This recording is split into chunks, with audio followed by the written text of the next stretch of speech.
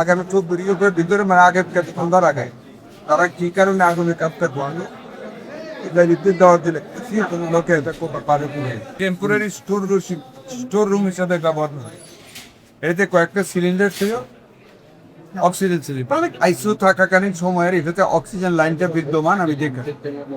High voltage electricity লাইনও ছিল, but it was non functioning.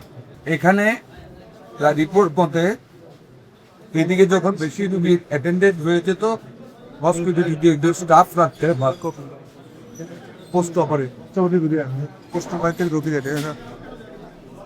আমরা এক কমিটি ওনারা করেছে। এই কমিটিটা পুরোপুরি সঠিকভাবে হয়নি বিদায় আমাদের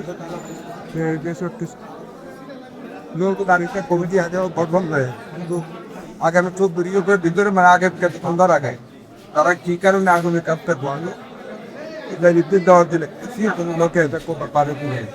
এখন যখন লেগেছে আদারি উনি যে আমাদের ইসিউ থেকে রুগীরা আতঙ্কে 3 জন রুগী ধরে তবে একজন রুগী মারা গেছে।